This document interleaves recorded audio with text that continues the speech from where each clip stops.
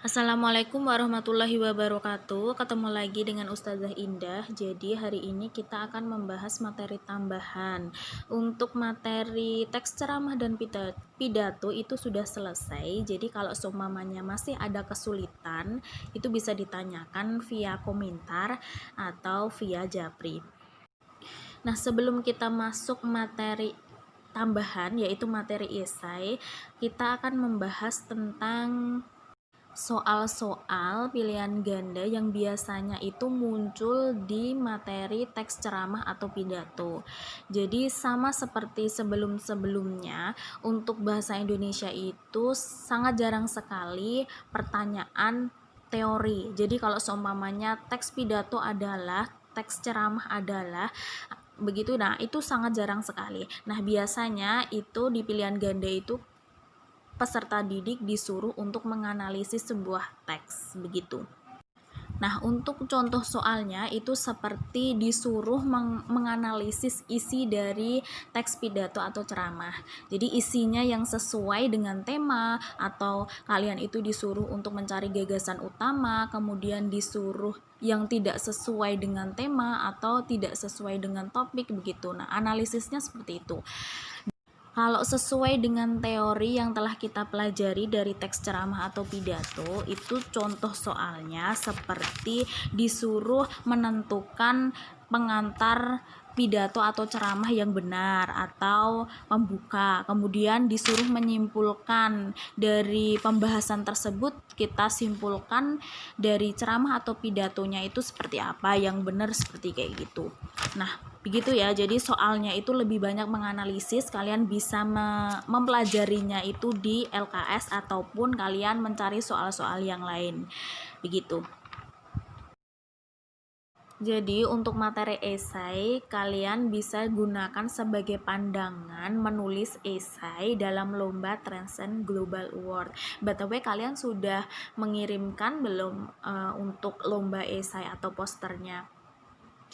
Jangan lupa untuk ikut berpartisipasi lah ya, mumpung gratis gitu. Esai adalah prosa singkat yang mengekspresikan opini penulis tentang subjek tertentu. Jadi esai itu adalah prosa singkat, jadi nanti halamannya itu nggak perlu banyak-banyak, kebanyakannya sih cuma 1 lembar atau 2-3 lembar begitu kalau esai singkat lah ya. Jadi nggak perlu sampai 10 lembar, 20 lembar, emang skripsi. Nah bukan begitu kan. Jadi esai itu merupakan prosa singkat yang mengekspresikan opini. Jadi di dalamnya itu adalah opini penulis tentang subjek tertentu. Contohnya saya menulis tentang teknologi. Nah itu, saya tuangkan opini-opini saya tentang teknologi sekarang ini seperti apa sih. Nah itu dalam bentuk esai. Untuk tujuan dari esai sendiri yaitu memberikan gambaran luas atau solusi unik terhadap permasalahan di masyarakat. Jadi prosa singkat tersebut itu isinya bisa memberikan informasi atau gambaran luas tentang permasalahan yang ada di masyarakat. Contohnya itu kita ambil teknologi tadi ya. Ternyata HP atau gawai itu sudah mampu dimiliki oleh seluruh kalangan masyarakat, di kalangan muda, di kalangan tua begitu. Nah itu juga kita bisa menjelaskan gambaran dari gawe itu sendiri yang ada di masyarakat. Nah kemudian untuk solusi, nah di dalamnya itu ada solusi unik.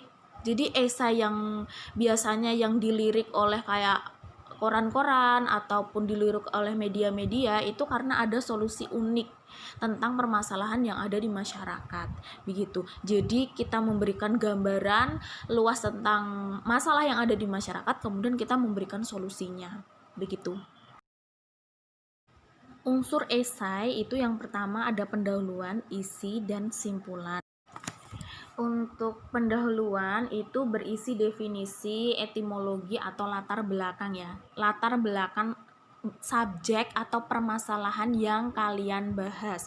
Kemudian isinya itu berisi opini, argumentasi kalian. Jadi kan esai itu kan memang argumentasi kalian atau opini kalian. Nah, di dalamnya itu masuk dalam isi. Kemudian isinya itu harus diberikan penguat-penguat agar esainya itu memang benar-benar akurat, yaitu pendapat ataupun penelitian dari orang lain begitu. Kemudian simpulan, yaitu menarik isi itu secara singkat di simpulan. Kemudian biasanya juga ada sedikit saran ataupun kritik begitu, tapi lebih ke saran sih sebenarnya.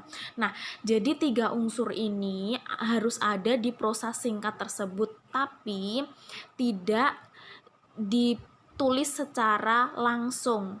Jadi penulisannya itu jangan seperti A titik pendahuluan, kemudian kalian menjelaskan pendahuluan, kemudian B titik isi, kemudian di bawahnya kalian mendeskripsikan isi. Bukan seperti itu.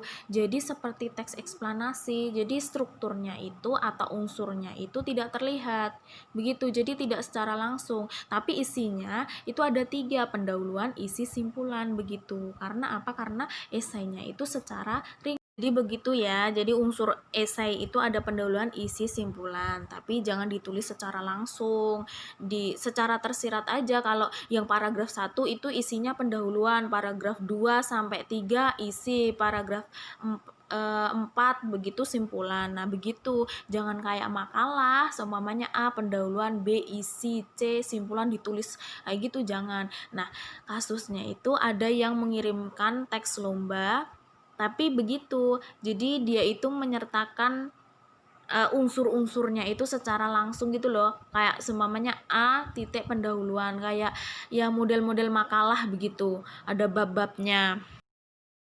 Nah, hal yang harus diperhatikan dalam membuat esai yang pertama itu adalah kesesuaian tema dengan isi. Nah, ini penting. Jadi kita melihat temanya itu apa. Temanya kalau semuanya teknologi, ya isinya harus membahas teknologi. Jangan sampai kita membahas tentang ekonomi ataupun bencana begitu. Kemudian yang kedua yaitu kekuatan opini atau argumentasi. Nah, jadi esai itu kan opini atau argumentasi penulis. Nah, bagaimana caranya agar opini atau argumentasinya itu kuat? Jadi orang itu tidak meremehkan, halah ini paling hoax kayak gitu kan. Jadi kalian itu bisa memberikan kutipan atau memberikan penelitian. Kemudian kalian juga bisa melakukan riset-riset begitu. Jadi kalian itu menulisnya itu harus dengan penguatan gitu, yaitu salah satunya dengan gagasan atau pendapat orang lain. Kemudian yang ketiga yaitu kreativitas, ketajaman gagasan. Contohnya itu seperti kalian itu menggunakan bahasa daerah, kemudian menggunakan kayak istilah-istilah daerah, itu juga bisa kreativitas. Jadi kalian itu diusahakan membuat esai itu harus unik. Jadi kebanyakan yang di koran-koran, kemudian di media sosial itu karena membahas masalah yang unik begitu. Nah, untuk contoh dari esai atau esai modern, esai yang biasa-biasa digunakan itu kalian bisa baca koran. Ya, bisa baca koran di kolom tajuk atau di kolom opini begitu. Kemudian kalian juga bisa membacanya di media sosial, itu banyak banget seperti Kompasiana, kemudian IDN Times, itu banyak. Kemudian di media-media sosial seperti berita-berita begitu, itu banyak banget juga tentang esai-esai begitu. Nah, itu materi tambahannya, semoga bermanfaat. Kalaupun ada kesulitan bisa ditanyakan via komentar atau japri. Jangan lupa kalian untuk mendaftar di Transcend Global Award, bisa poster ataupun esai. Insya Allah kalau kalian yakin menang kok. Pokoknya yakin aja menang gitu ya. Terima kasih. Wassalamualaikum warahmatullahi wabarakatuh.